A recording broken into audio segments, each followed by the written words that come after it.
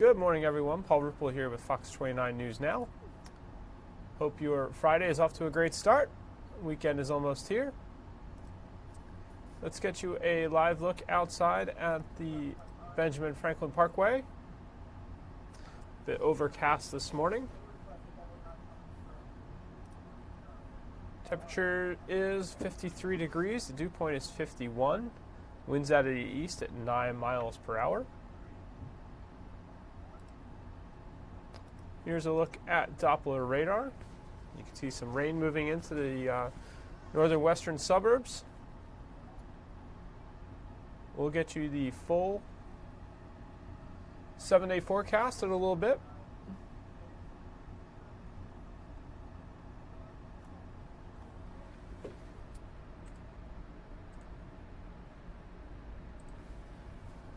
In the meantime, let's start you off with some national news.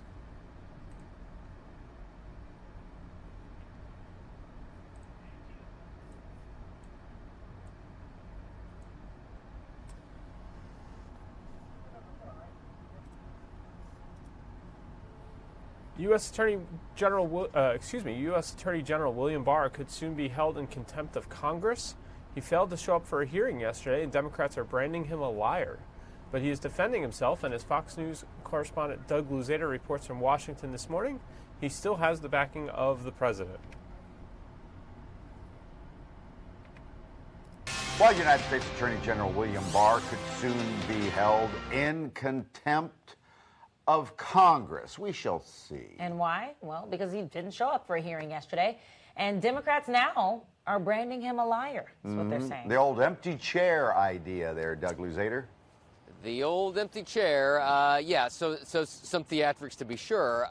But more Democrats are calling on Barr to resign, and a contempt citation may be next. It was political theater all the way around. An empty chair for the missing attorney general, even a bucket of chicken, as Democrats claimed that William Barr was afraid to show up. And House Judiciary Chairman Jerry Nadler spoke in almost apocalyptic terms. The system of not having a president as a dictator is very much at stake. Barr didn't show because he objected to the unusual format where the committee's staff attorneys would ask questions about the Mueller report. Great person, and I think that no, they're not treating him fairly. The president backs his AG, but House Speaker Nancy Pelosi calls Barr a liar. He lied to Congress. If anybody else did that, it would be considered a crime. Some Democrats say Barr lied when he didn't disclose objections that special counsel Robert Mueller had to a summary of the Mueller report that Barr released. Barr says he was truthful, but if he remains a no-show, he could be held in contempt. I mean, technically, the House of Representatives has a sergeant-at-arms who is empowered to arrest someone who is held in contempt. That hasn't happened in 150 years, but it exists. But in reality, it may not mean much. Eric Holder, President Obama's Attorney General, was held in contempt, and it really didn't amount to much of anything. It didn't really seem to impede anybody's business. It's an expression of deep unhappiness. It is something that will be used in the future. Oh, that's the Attorney General who's been held in contempt. You know, we don't know how meaningful these things can be politically versus substantively in the minds of the American public. I'm not sure that it has such a great impact. Well, we'll see. In the meantime, it sounds like House Democrats are going to give this a couple of days to try to negotiate with Barr to see if they can find some kind of accommodation where Barr agrees to come in to testify before the House Judiciary Committee. Is Mueller going to testify? What's the latest on that? Well, that's still kind of a work in progress. Democrats want to have him here on May 15th. So it sounds like it'll happen at some point, but they're working out the details. Okay. Doug, have a great weekend. We'll see you Monday. Thanks, you too. Thank you to Fox's Doug Luzader for that report.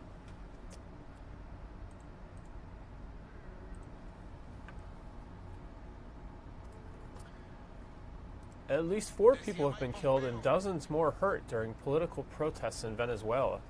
The country is in the middle of a power struggle between President Nicolas Maduro and opposition leader Juan Guaido. The standoff is in its 4th month. It all started when Guaido took to the streets with heavily armed troops attempting to overthrow the government, but was unsuccessful. He has the support of the U.S. government and more than 50 other countries.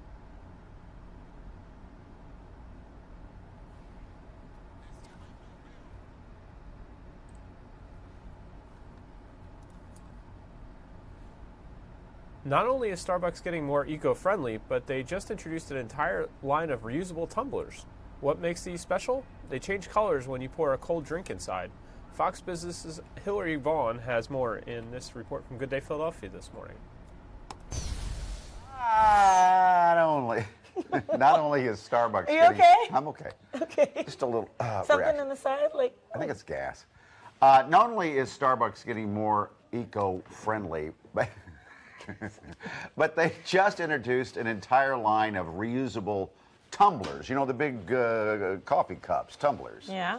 But what makes these so special? Like, they have cups. They have all kinds of cups. What makes them special, Hillary? They are ombre. They change colors, Mike. That's what happens. Oh. There's 5 different versions. It went viral on Instagram, so they're basically sold out anywhere. But if you're dying to spend over $17 for 5 tumblers, here's the options, the color options. Rose goes from light pink to coral. You have citron, yellow to green. Sky, light blue to a bright blue, apricot, orange to tangerine, and Arctic from teal to raspberry pink, which is my favorite because it's 2 different colors in one. Question. Yeah. Does it turn color with hot liquid or cold? No, cold. So this is for your iced tea, your green tea, passion iced tea stuff. So we're But that. how often do you bring these cups back to Starbucks? They say they're reusable cups, but I feel like they just turn into cups that people use at home because no one really brings them back to Starbucks every time they go. That's not Well, what the they dedicated Starbucks users. That's not what they mean by reusable, is it? You bring it back, it's reusable at your home. Well, they're No, trying but to you become can have them- eco-friendly. But yeah. can't you provide your own cup and say, can you put it in here if you wanted? Yeah, you yeah, can do exactly. Could you go in there and ask them to pour the coffee directly into your mouth? That would probably be very hot and burn your mouth. Right. Liability, probably no. It would save on cups, it would save the environment. That's true. Straight to the source, man. I want to try that today with True. my Starbucks. Good luck with that. All right. And good luck to your tongues. I'm sure it's going to burn. I probably would buy one of So these. there's $17 each. Or you buy them in a pack or what? They're for a pack. Oh, so you have to get them all or nothing. Okay, 17 for 5? That's fine. That's fine. That's great. So that means, Mike, you're going to buy it and then share with all of us? I'm not buying those things. Hillary, we'll see you Monday. Yeah. Thanks, Hillary. Thank you to Hillary Vaughn for that report. Let's get you that full look at weather we promised. Here's a look outside our studios at 4th and Market Streets. Again, the temperature right now, 53 degrees. Winds out of the east at 9 miles per hour.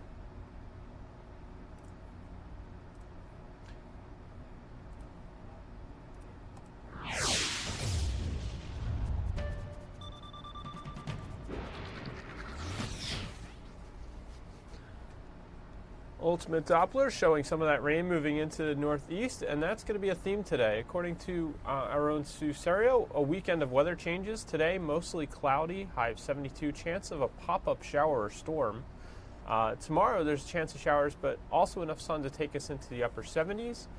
And then Sunday, rainy and cooler, highs only in the mid-60s. The National Weather Service says, will it be warm today? Well, that depends on just how far north the warm front makes it this afternoon. As of now, it looks like the front will stall out just south of Philly, so that scattered showers and storms will be possible throughout the day area-wide. So let's get you a closer look at radar.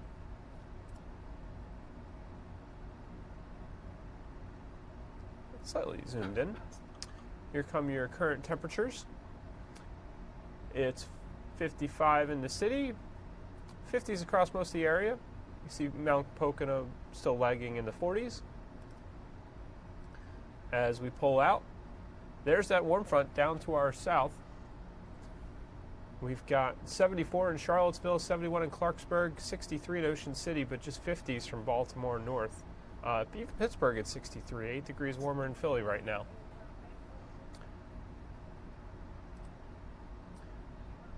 Your national temperatures, 83 in Miami, 79 in Tampa, 70s along the rest of the Gulf Coast, 50s and 40s out west, 40s in the northern plains. Midwest, 40s, 50s for the most part, Chicago at 49. It's much cooler across our area than it was this time yesterday, about 5 degrees in Philadelphia, but Cape May, 17 degrees cooler than the same hour yesterday. Mount Pocono, 14 degrees cooler. Both those were pretty warm yesterday. Your wind speeds, single digits for most of the area, except closer to the coast, where it's 12 in Wildwood and Atlantic City, 10 in Wrightstown.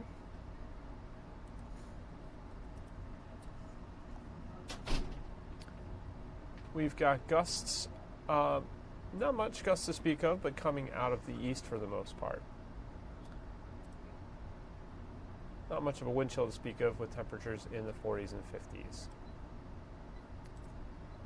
Your visibilities, rather poor in some parts. Not too bad in Philly. We've seen overcast skies, but not a whole lot of fog. Closer to the shore, it looks like only a mile or two of visibility in some places. Mount Pocono, 0 right now. So be careful if you're out and about. There's your satellite view. Here comes your futurecast national setup. There you see that warm front appears to stay just south of our area. We got scattered showers across the area all day. And let's show you the zoomed in futurecast here. There you see those scattered showers throughout the day, some heavier rain overnight perhaps. Saturday starts a little bit dry, then gets wet late in the day. Sunday, more rain. We clear out Monday, and then we've got some slight rain chances Monday night. So here's your 7-day forecast from the Fox 29 Weather Authority. 7 on the forecast by the numbers today. Some sun, PM storms, 72 for a high. Phillies are in town, of course. AM showers, PM sun, 77 on Saturday for the MS walk. Sunday, rainy, cooler, 65 for the Broad Street run. Rainy and cooler. Hope the weather holds out for all the participants there. Monday, sunny and nice, 75. Tuesday, sunny and milder, 78. Wednesday, there's a shower chance, 74. And Thursday, shower chance, 68. So a lot of shower chances. Getting that spring rain for the flowers. Make sure you download the Fox 29 Weather Authority app so that you can track the rain and find out, look at the hourly forecast, find out what the rain chances are, and stay ahead of the weather.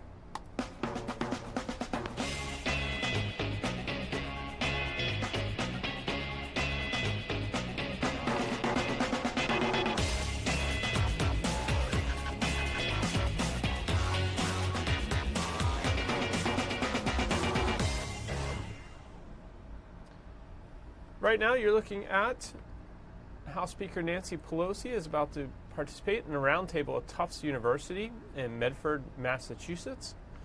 This event is just getting underway. We did have some of her press conference yesterday, her weekly press conference from Washington, D.C. This is part of a string of events she's been doing, the speaker. I believe, let me get you the right name for this. She's joined in the Greater Boston community for a conversation as part of her, quote, Speaker in the House series. Again, this is at Tufts University near Boston. Let's listen in. And we are just getting started. And so as we move into...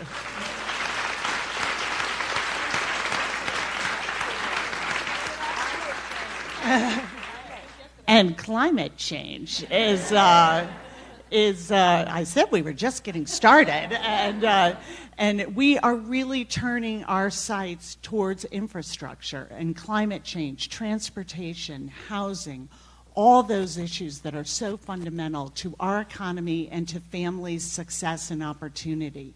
And childcare is a critical piece of this that really cuts across all of what we are trying to do, because it helps parents be able to participate in the workforce, and it helps develop that workforce of the future. And we just came from Elliott Pearson, where we saw Emily, Nick, wonderful children working on their robotics, their bioengineering. They taught us about bioluminescence, not quite sure what is, I don't think that was my kindergarten experience, but it is part of what is incredible about Tufts' emphasis since the 1950s on early education and care. And these issues for families are so important. The data is all there. We know what a difference it makes. Infants, toddlers, preschoolers, and our out-of-school care, whether that's preschool, after school, or summer sessions. All of this is about making sure that every child is ready to learn. And reading at grade level by 3rd grade, where we know children make that change from learning how to read to using their reading skills to learn. And that's the critical place that we want to help families get to. But it is expensive for consumers and for families here in Massachusetts. It can be as much as in-state tuition. And we know that only 1 out of 5 families who need childcare in Massachusetts are able to afford it if we use the 7% of income standard. That's a shocking statistic. And only 1 out of 6 children who qualify for a subsidy are able to obtain one. And this ripple effect for parents, for children, for our economy, and for employers, we have seen up close and personal what this means. And we know that access, quality, and affordability are the issues that we need to support in Congress to make it work for communities at home. And we know the importance also, high costs to consumers, but low wages to our early educators and care providers. Whether you are working in a child care or working in an after-school program, these are the challenges that we are taking on. And we have no greater champion than the Speaker of the House. Her career is so storied. I don't need to really introduce her to you, but I want to say this. She's an incredible mentor. She is, I keep saying I have some time in my life to try and be able to keep up with her. I'm still exhausted from a trip we took a year ago, and she's had several dozen since then. But what really strikes me about Nancy Pelosi, as the children of Elliot Pearson just gave her a card that said, "Dear Speaker Nancy," which I love, is everything is done in her professional and personal life with an eye towards children and building that future. And with that commitment is why she always has the values spot on. And we couldn't be more proud to call you Speaker, and we couldn't be more proud to have you here today. Let's give her a huge welcome.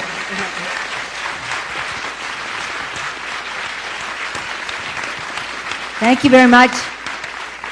Thank you very much, President Monaco. Thank you for your hospitality here, for your introduction of our. You said wonderful things about Catherine Clark, but what everyone should know is all of that is recognized by our colleagues in the Congress. She is the Vice Chair of the House Democratic Caucus.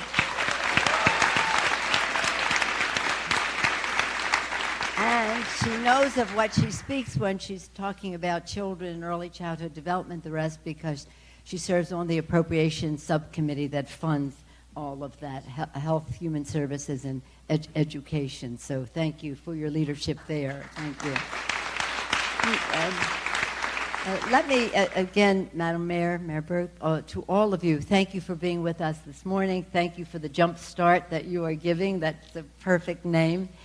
Because everything that we do has to be about the children and their future.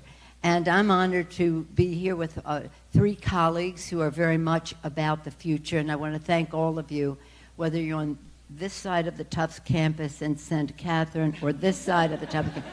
Now, I know politics pretty well, but the level of politics of deciding who represents Tufts is a level of politics beyond me. But they seem to have worked it out. Mr. President. Ayanna Pressley, she serves on the Financial Services Committee and the Government Reform Committee. Not to digress, but two of the committees who have jurisdiction over preserving our Constitution as we're in the debate right now.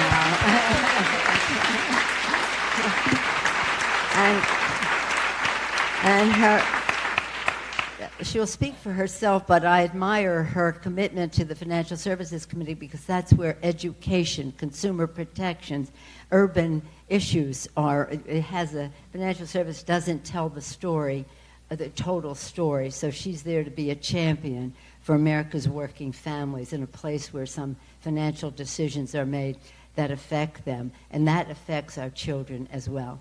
And Lori Trahan, she helps us honor our oath of office. We take an oath to protect and defend. And to do that, we have to be a strong nation. So she's on the Armed Services Committee, which is appropriate for her district, and that's important. But she's also on the Education and Labor Committee because the strength of our country cannot just be measured in our military might, but in the health, education, and well-being of the American people. So she has all of the strength in her to commit. And now, these were two very hard committees to be on. They were very desirable. She got both of them. But I said when we were at the school that I was genuinely, it's a cliche almost to say I'm happy to be here. No, I was genuinely happy to be there with the children. This is very self-serving. But, self-promotion is a terrible thing, but somebody has to do it. But this is very self-serving. When we went into the thing, a little boy named Nick was sitting there with robots, and he said, and his teacher said, he knows who you are. He said, "Hi, Nancy Pelosi. I've known you since I was a baby."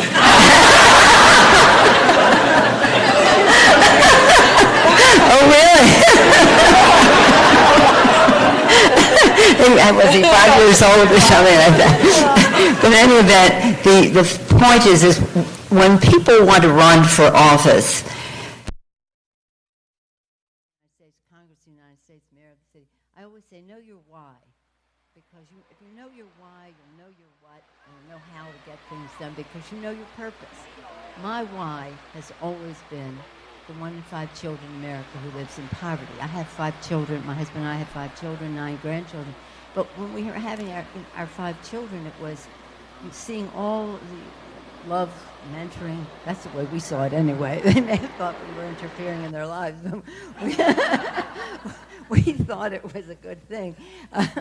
You have to ask them. But in any event, all of the attention and the love and the whatever that they had, and just the thought that in the greatest country that ever existed in the history of the world, 1 in 5 children goes to sleep hungry at night. 1 in 5 children lives in poverty. In some places, 1 in 4. So that's what got me from the kitchen to Congress, was that motivation. So that's why to see what's happening at the Elliott Pearson Center for Child Study and Human Development was so remarkable, and to see right there on the same, I don't know whose district we were in, when we went from the school to the program, but to see the application of it all. It's about the children. Elections are about the future. It's all about what we do for them. So when people ask me what are the 3 most important issues facing the Congress, I always say the same thing. Our children, our children, our children. Their health, their education, the economic security of their families, a safe, healthy environment, safe from gun violence as well, an environment in which they can thrive, in a world at peace, in which they can reach their fulfillment. And I said this when I was here with Dean, now Solomon, Mr. Ambassador, a number of years ago. We talked about our country, but central to it all. Thank you, doctors. So many titles, and Mr. Ambassador. So in any case, to see what is happening here as really a model, and Mr. President Monaco, your background and the rest being such a focus on our children, their development, and what science is teaching us, and that scientific knowledge, that evidence-based, it requires us to make different decisions, not than others who might not want to know the evidence or the data so that they have to act upon it. So this is central to what we do. And child care, children learning, parents earning, it's all central to their well-being. And of course, housing is too. You've been watching Speaker Pelosi speaking at a Speaker in the House event at Tufts University in Massachusetts. Let's get you back to some news. Here's a look at the stock market right now. The big headline today, the U.S. added a robust 263,000 jobs. Unemployment's at a 49-year low at 3.6%. Shrugging off earlier concerns that the economy might slow down this year, and now anticipates strong customer demand. Businesses, that is. The unemployment rate fell to a 5-decade low of 3.6%. It had been at 3.8%. That drop partly reflected an increase in the number of Americans who stopped looking for work. Average hourly pay rose 3.2% from 12 months earlier, a healthy increase, though unchanged from the previous month. This jobs report from the Labor Department showed that solid economic growth is still encouraging strong hiring nearly a decade into the economy's recovery from the Great Recession. The economic expansion is set to become the longest in history in July. That's how the Associated Press is reporting it.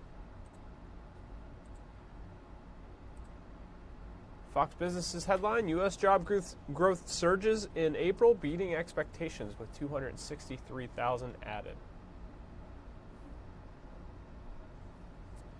So there's your look at business this morning.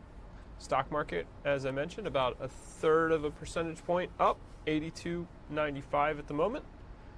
Dow Jones Industrial Average at 26,392. As we mentioned, let's get you to some local news.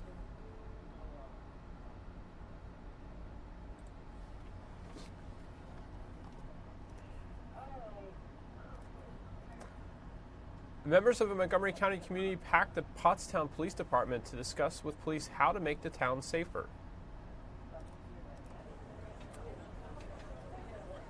This after 3 shootings in 1 week at the end of last month, 2 of which were deadly. But Chief Mick Markovich says violent crime has been going up in the last 5 years, specifically involving guns and teens. Many in the crowd say the answer is to get the children engaged in positive activities in their community early on. Unfortunately, you cannot pinpoint all of the issues and name it as this is the reason, or this is the reason, or this is the reason. It's a summation of several factors, including mental health. The police department plans to have more meetings in the future and keep the conversation going and hopefully prevent crime.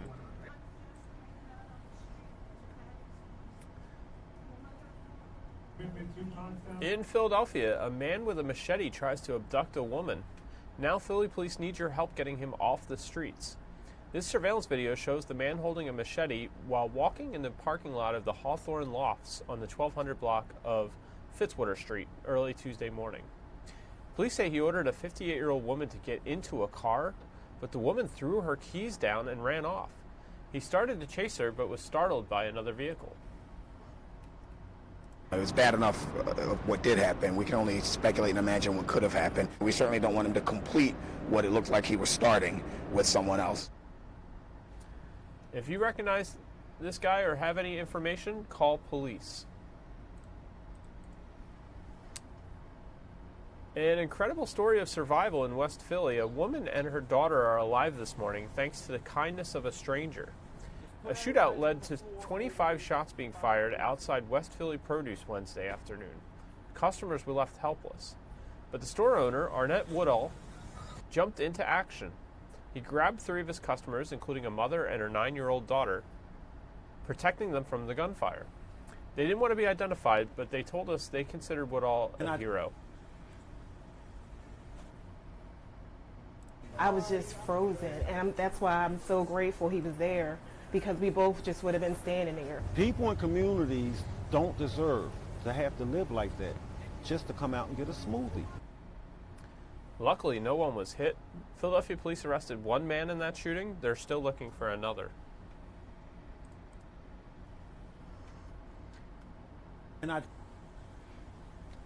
In Delaware County, a massive sting targeting alleged sexual predators. 10 men whose ages range from 22 to 54 are accused of trying to meet underage boys and girls for sex. An Internet Crimes Task Force worked with state, local police, and the FBI posing as young teens on the web. The district attorney says a month-long undercover online sting netted the men. This was also the subject of a conversation we had this morning on Good Day Philadelphia. Abby Newman, CEO of Mission Kids Child Advocacy Center, joined us this morning to talk more about this case and another one recently. In Delaware County, massive sting targeting sexual predators. And it's the second big child predator bust in 2 weeks. Yeah, in 2 weeks, yeah. So 10 men ages from 22 to 54 have been arrested. 6 of the men are from Pennsylvania and 1 is from New Jersey. It's the result of an undercover sting operation conducted last month. Undercover agents say posed as children ranging in age from 12 to 15, and they say the alleged predators engaged in conversations with them about sexual acts on different social media apps. All of the men arranged a meeting with the undercover agents posing as children, and they were arrested as soon as they arrived. 10 people in a month. These defendants actively sought out and targeted juveniles. They attempted to prey upon our youth. It speaks volumes about what they think is conduct that is permitted, approved, lawful. There's no way to describe it. The bust comes just weeks after a similar operation in New Jersey. 16 predators were arrested in that sting. Abby Newman is here, CEO of Mission Kids Child Advocacy Center. Abby, good to have you come in here. Thanks. Too bad it's on this particular thing. Now, we keep saying that this is nothing new. This kind of stuff's been going on ever since the internet was invented. Yes. How are these guys getting it done? What are they saying to young people? So basically, all adolescents, I think we remember from being that age, we're all vulnerable. We all worry about ourselves. Does everybody like us? Do we look like everybody else? Does everybody like me? Am I cool? Well, they tune right into that. So if you're an adolescent, if your child is talking online and somebody can introduce themselves as a 15-year-old boy, well, they don't know that it's really a man. They think it's a 15-year-old kid, yeah, sweet talking them. Exactly. Or then they may hear and they say, well, I'm a little bit older, but I really know because I'm a little bit older exactly how wonderful you are and how great you are. And they even sometimes put a wedge between the parents. For example, if they get into a fight with their parents and they need someone to talk to. Absolutely. The child will complain online, oh, you're not going to believe what my mom said and did. And then the predator's going to say, oh, that's awful. You're just too wonderful for that. Come and let me meet you, and I'll make you feel better because I know how much you're worth. Parents don't understand you like I do. Exactly. So what should we as parents be doing? I mean, we tell our kids constantly, don't get into conversations like that, but they're doing it. Right. And, I think you just have to keep repeating it over and over to your children. Number one, you never talk to somebody online who you have not met in person. And if you do that, you never, ever go meet them in person. I mean, what this sting shows in reverse is those predators didn't know that they were talking, thank God, to undercover detectives. But no matter what jail sentence they end up getting, if that were a real victim and if they really had been sexually assaulted, that could really end up being a life sentence in some situations for those victims. It's something that may never leave you. Oh, yeah. And the other thing to note when we talk about the social media and the internet, and a lot of this happened on social media apps, kids younger and younger are getting on social media. Right. And they also have to be careful of what kind of pictures they post, because you can find out where you live or what area you're in based on what you're posting. Exactly. You put a picture of your child up or yourself at the soccer game. Suddenly you see what team you are, where it is that you play. Somebody can come and watch you. And then they watch your interactions. They know your friends. They can tell you might be having a bad day. And then they just go in and try to manipulate. So you have to be really careful. Daughter has adjusted. I have an 8-year-old granddaughter. and they've really adjusted the way they post pictures on Instagram and Twitter and stuff. Make sure there's nothing in the background of the picture would indicate where they are. Exactly, because there's so much information that you give out. There could be a street sign in an intersection. That's it. And you don't even realize that that's in the caption. Or you start talking with your friends innocently, but you think this person is a friend. But the other interesting thing is the time of day that a lot of this interaction is happening. Right. What time? What's the time frame usually? Well, there was a study that was done in San Diego not long ago that actually found that the height of predators looking online for kids that they were looking to abuse is between noon and 3 p.m. from corporate and office computers. So what does that tell you about who the predators are? Exactly who was busted in that sting in Delaware County. We only have a few seconds. Sure. How do the undercover officers find these people, the predators? There are unfortunately internet websites that they go up on. There are chat rooms still. Backpage was up, but then was taken down. But there are other pages that have come up in its place. So they all come together and they're talking amongst themselves. Yeah. And then the detective comes in as a child, pretending to be a child, and kind of gets into the chat room, and that's how. Exactly. These are predators talking to each other online? The predators can talk to each other online, sure. Or it could be actually a case of trafficking where you have a pimp out there who's trying to target a child or an adult and try to get them into that situation. Absolutely. Thank you for the work you do. You're very welcome. It's nonstop, isn't it? 24 hours a day. It doesn't stop, and it's everywhere. Please do not think that you or your child are immune just because of where you live. It doesn't happen. Thank you. Thank you. Sure. Hello again, everyone. Paul Ruppel here with Fox 29 News Now. Let's get you to some more stories. I believe this is an update on a story we had for you yesterday. A Philadelphia police officer will soon be out of a job after police say she got into a fight with deputies down in Florida while off duty. Deputies in Pinellas County say Cindy Kane resisted arrest at a bar, along with her husband Frank Bonnet, who is also a Philly police officer, as well as retired officer Paul Seeger. Commissioner Ross tells us Kane will be terminated because she's charged with a felony. Bonnet gets to keep his job, at least for now, since he was charged with a misdemeanor. The retired officer is also charged with a felony. Of course, the information about the incident there was provided by police. Thousands of runners will fill the streets of Philadelphia this weekend for the Broad Street Run. We mentioned this during weather. It's one of the city's biggest events of the year. The 10-mile run kicks off Sunday at 8 a.m. You can watch the action for free from anywhere along Broad Street between Somerville and Farragut Street Avenue. That's between Somerville and Farragut Avenue where you can watch for free along Broad Street.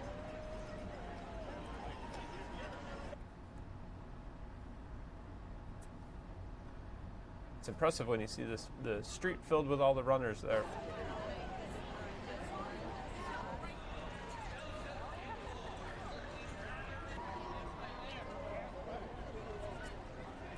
Philly's largest springtime celebration is getting ready to kick off as well. The South Street Spring Festival begins tomorrow. From 11 until 8, you can enjoy hundreds of restaurants and boutiques along Head House Square and South Street. There will also be concerts, eating contests, and a kid zone. The event is free with pay-as-you-go food and drink. It's like a good time out there.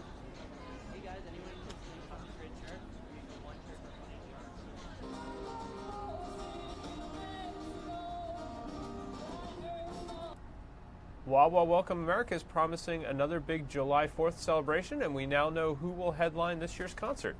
Event organizers announced Jennifer Hudson and Meghan Trainor, who you just saw on the screen there, will perform at the free concert on the Benjamin Franklin Parkway. Hudson will be joined on stage by the Philly Pops. Welcome America runs from June 29th to July 4th, of course, Independence Day. It features free events throughout the city, including concerts, a parade, and movie nights. The July 4th fireworks show will take place after the concert.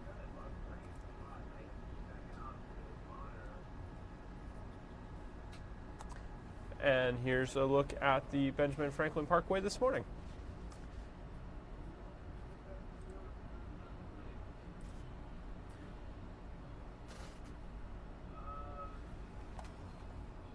This morning on Good Day Philadelphia, Dr. Mike joined us to talk about a health warning. A man almost died from doing something you probably do every day. Why doctors want you to stop cracking your neck. That's one of the topics during our Your Health segment this morning. It is 8:17. Before we go to this segment, Victor, Sammy, I have a question for you. Can you punch yourself up? There's Samantha right there. And I want you to listen carefully to this segment, okay? I really need to, yes. I know. She sometimes is a neck cracker. You know, She likes to crack her neck. People around the office, they go, Ah, yes. and she cracks other people's necks, and you better not do that. You're not licensed. Did you know well, let me just say this. There's a 28-year-old man recently suffered a stroke. He lives in Oklahoma after apparently tore an artery in his neck doing one of those things. And the doctors say it was because he was popping his neck. That's what caused the stroke. Is that possible, Dr. Mike? Oh, sure. It happens. It's rare, but it happens. And what happens to you is you twist that neck, not just left to right, but you tweak it in an odd way, and that tears an artery called the vertebral artery, and it causes a tear known as a dissection. Now, do we have a picture here? Look how complex everything is right in there. You have these vertebral arteries interlaced with the vertebrae in your neck. And so when you crack your neck like that, there is a chance, it's rare, but it happens, that you tear one of those arteries, and that can lead to stroke and serious long-term complications. So there'll be internal bleeding in your neck? What happens is the blood goes inside the wall of the artery and causes a clot. And that leads to, and listen folks, this is what you need to be aware of. If you're a middle-aged person, never had any real problems with your neck, and you did something to your neck, acute pain, you have pain in that neck, headache all of a sudden. And then if you have trouble speaking or trouble walking, you must go to the emergency room immediately. Why do people do it? Why does it feel good? Well, what you're doing is you're dislodging, you're moving the vertebrae around a little bit, and I have chiropractic friends. What you're doing is you're getting the nerves away from the bone, and it feels good. The problem is, one, if you don't know what you're doing, you can cause trouble, and two, there are certain people that have conditions where the arteries are a little bit easily broken. So if we want that feeling, then is there a proper way to do it, or is there something else you can do to get that relief you're trying to get? Well, if you're talking about yourself, I would suggest you get in a hot shower and you just have someone put some Blue Emu on there. You know what Blue Emu is? It's just like some kind of... Yeah, you know what? It worked, and that stuff don't stink. Blue Emu, that stuff worked, and it don't stink. NASCAR. Who sells the Blue Emu? Is that Chuck Woolery? I don't know. Dale Earnhardt Jr. It's a car thing. Why is there a sound? What is popping? I think it's the ligaments in there. When you crack your neck, there's vertebrae and ligaments and tendons and all kinds of things. I heard there was fluid in between your joints there, and it's bubbles popping. Well, there's bursa. You do have synovial fluid in between. Can't be. Yeah. But I don't want you doing that. All right, we're not going to do it. You shouldn't be doing it. All right. Sam, don't do that. Because you know what? I love you, and I don't want you to do that. Yeah. Don't be doing that. We don't want to lose you, Sam. All right. Oh, my God. She there just she goes. did it. So what she does. I'm coming up there right now. Such a rebel. Thank you. I love you. We'll see you next week. Yeah. All right. Thanks, great. Dr. Mike. See. You heard Dr. Mike. Do not do it. Don't crack your neck. As you mentioned, something that is a rarity for sure, but that warning is out there. Let's get you one other segment from Good Day this morning. Get a haircut and help a great cause at the same time. We were live this morning with Preston and Steve at Kathy Romano's 12th annual Kathy's Cuts. Here is that segment. Kathy Romano, I love her. We all do. From the Preston and Steve show, of course, is in Bucks County. They're cutting hair. And Kathy, remind us again how many years you've done this and what is the cause? What's this all about? So this is the 12th year that we've been doing this. It's Kathy's Cuts, benefiting Wigs for Kids. We cut these people's hair and we send it to Wigs for Kids, and they make wigs for kids who have lost their hair for a number of medical reasons. And today, this is Teresa from Camden, New Jersey, and she's actually agreed to let me cut one of her ponytails. So this is what you have to do. You have to put the hair in a ponytail. They accept 12 inches or more. We've got 13 inches of hair from Teresa, and I'm going to go ahead and cut this ponytail. Hold, and wait. hope to God. Oh, wait. Okay. I need to know how long she's grown her hair and how she feels about this. So how long have you been growing your hair? 3 years. So this is only 3 years that, yeah, she said she had blue hair before, and you're not allowed to donate bleached or dyed hair. So she had to let all of the blue grow out. It took her 3 years, and she's ready. Are you okay with me cutting your ponytail? Yes. She said Just she's one? okay with me cutting her ponytail. What'd you say? Just one? I'm going to cut one of her ponytails, yes. And you know what? I have to tell you, last time that I did this, I apparently cut it a little too short, so I'm really hoping that it goes better. Are you guys okay if I cut now? Yeah, okay. I'm sure that instilled a lot of confidence with that comment. She's like, yeah, okay. And apparently the first thing I learned is that you hold a scissor like this. You put your ring finger in. Oh. I had no idea, but I know. Okay, and apparently you use the thumb to apply the pressure. I'm going to cut her ponytail 13 inches. I don't think she cares how you're doing it. Here we go. Nicely there done. There we go. I cut it. Here. All right, spin her around. Are to you the all right camera. with it, Teresa? Spin her around. And thank you. We need to see her face. Look how we still What, have. you working we radio, still have Kathy? one more ponytail to cut. Can you turn around? You know what, guys? I'm so sorry. I can barely hear you, and I'm getting terrible feedback. So I don't know what you're saying, but Teresa, turn around and give This a isn't smile. MMR. Oh, she looks great. Look at her smiling. That's wonderful what she's doing. But hold on. Isn't she lopsided now? I'm sure that someone else is going to come and cut the other side. Is she going to cut the other one off? So no. Do you want me to cut the other one? No, I guess no. I want her to do whatever she I can wants cut you the to other do. ponytail. We have Joe from Gravity Hair Salon. Joe's been doing this event with me for all 12 years. He's going to take over and do the rest of Teresa's hair to make her look beautiful. We're not just sending her off like this. All right. How long will you be out there if people want to come and donate? We'll be out here till about 11 o'clock. Our last appointment comes in at 10:30, so 11:30. And why is this so important to you? Why did you start this?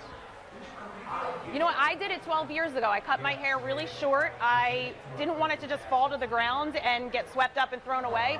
I talked to my friend Joe, and him and I decided we were going to donate it. We did a little research and found some charities that accepted hair. At the time, I was not dyeing my hair, and that's what they want. They want to accept hair that, or they only accept hair that's, not gray, not dyed, and not been bleached. So I figured, why not donate it? And that was 12 years ago. My hair has not grown long enough to donate again, but we have all these people that come back year after year. So fortunately, their hair does grow quicker, and we can get a bunch of ponytails donated to Wigs for Kids. Kathy, you're a good person. This is a wonderful event. Nicely every done. year. Nice event there. Thank you to Kathy Romano for joining us. Of course, the big talker around the city today, the Sixers took the series lead in a big way against the Raptors last night. The energy coming from the stadium could be felt throughout the city. Joel Embiid showed just how dominating he could be. Besides leading the team with 33 points, his 10 rebounds and 5 blocks were a game high and helped set the tone. He also looked engaged the crowd every chance he could, getting people on their feet and sending fans into a frenzy. The series continues here in Philly Sunday at 3:30. Let's get you back to outside Boston, Massachusetts, where I believe Nancy Pelosi was just fielding questions from the crowd. Let's listen in to see. Let's see, one of the other participants is speaking right now, but let's listen in to hear if she's fielding questions at this moment. And debated because right now the reality is we have 44 million Americans who are carrying $1.5 trillion in debt. I mean, just think about that. That's $1 trillion. So we have to fix that problem. There's lots of different ways, like I mentioned, with expanding programs that we already have. But I also observe that, I went to Lowell High School, and I started my freshman year with more than 900 classmates, and I graduated with 540. This notion that we were all going to the guidance department with the same goal of going to college is just, it's outdated. And we have to disrupt our models a whole lot if we're going to provide paths to more economic opportunity, more workforce options, close that income inequality gap. Frankly, it requires a mindset shift by everybody in this room. But also we have to make practical paths of education, which we are seeing great strides made with apprenticeships, community colleges that we've underfunded here in the state of Massachusetts, vocational and technical programs. We have to make those as noble as we do a college education so that we can get people in the mode of learning and get them into a path where they can actually invest in a lifetime of learning. So I hear you. We think about this on the committee every day. We've accomplished a lot in the first 100 days, but I'm really looking forward to the next 100 days because we're going to be doing the reauthorization of the Higher Education Act this year, and this is absolutely going to be at the forefront. If I just may add, on the committee, the Congresswoman Trahan serves, they have a bill, Child Care for Working Families, Representative Chairman Scott's bill, to close the 0 to 5 gap, and that's going to be reintroduced soon. I just want to call to your attention, hashtag a better deal, a better deal on child care. And to your point, you have to have increased compensation and training for child care providers, educated child care providers. So this is one presenter at one of our meetings such as this said about child care to the mom said, well, are you really worth this much money? And she said, is your child worth this much money for you to pay me a reasonable compensation? But we have to recognize that we are giving to you all, when you're taking these responsibilities as teachers or Jump Start or whatever, you are custodians of our children's future. And that responsibility at that time that you are assuming must be recognized, trained for, and compensated appropriately for that. And that's our...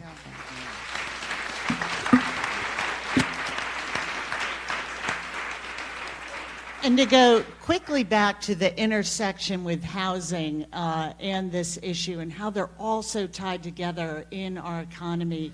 At a recent town hall I had 2 weeks ago, we had a number of early education educators there, some of whom were making $13 an hour, some of whom were living in public housing. And the problem for them is how do they possibly afford to get that bachelor's and associate's degree, make that jump, because not only is that extremely difficult to do while working full-time, and most of them are moms and have their own families, but also because it would upset and put them out of public housing. So while we're looking at this, and we're looking at a bill in my office to specifically repay the loans of early educators, because we know that investment of public dollars is one of the very best that we can make. But we also have to look at the family sustainability program and make sure that we're expanding that. So families in subsidized housing can have a guarantee that they have a chance to get the better job, get their incomes up, but keep their housing for a period of time so they can actually save money and make that jump into their own, to the next economic level for them. So all of the work that we're doing on the For the People agenda just is so intertwined. And that is a great example. And thank you for underscoring it for us. Yeah, just I guess underscoring that point as well. If you're making, if you have loan forgiveness and then you're being paid, compensated according to your contribution, as much as that is possible. And then 80% of your income is going to rent. That affects your purchasing power, that affects everything. So these issues are all interconnected, but I also wanted to just bring into the space the early and child care, the early education and care providers in informal economies that are home and community based, because they are making even less. And so we know that there are these wait lists, but the lion's share of kids in low income and communities of color will be in an informal economy, early education and care, facility, usually receiving that in someone's home. And we have to support them in their professionalism and their education and their training and in their wages as well, because over time, most of these businesses, they are owned by women and immigrants and people of color. And so these are small business, they're innovators as educators, but these are small business owners and operators. And we have to support them too and make sure that they have a stake in this conversation and the solutions that we're developing. Again, you've been watching House Speaker Nancy Pelosi at a Speaker in the House event at Tufts University in Massachusetts, fielding some questions from the crowd and talking about some of the pocketbook issues that Democrats say they need to be talking about to have a chance at taking the presidency in 2020 and perhaps the Senate. Their obvious goals for the next election cycle. Let's get you, here's a live look at the Capitol in Washington, D.C. Looks a bit cloud covered there as well. Let's get you one more look at our local weather before we go. You're looking at Market Street East outside our studios at 4th and Market. Ben Franklin Bridge in the background. I believe that's the Christchurch steeple. 55 degrees, winds out of the east at 8 miles per hour. Keep an eye on the sky if you're going to be out and about today. There is a chance of scattered showers throughout the day. I like this and wanted to share it with you. This is something Sue Serio, I think she mentioned it on air, or showed it on air, but also on her Twitter feed. These are your rain chances by day in emoji fashion. Your emoji rain chances, Sue called it. Today and tomorrow, around a 30 to 40% chance of showers. A much greater chance on Sunday, 1 to 2 inches possible with heavy downpours, she says. So let's give you one last look at your 7-day forecast. 72 today, some sun and PM storms, as we mentioned. AM showers, PM sun, 77 on Saturday for the MS walk. Broad Street run, rainy and cooler on Sunday, 65 for a high. That's the coolest day in the 7-day. This Monday looks sunny and nice, though, to start the work week off again, 75 for a high. Tuesday, sunny and milder, 78. Shower chance, 74 on Wednesday, and shower chance, 68 on Thursday. Want to thank you for joining us today on Fox 29 News Now. We're with you weekdays after Good Day Philadelphia for at least an hour. It'll take you longer if we've got some important breaking news or live events that we can get you out to. Have a great weekend. We'll see you on Monday. Thanks for joining us.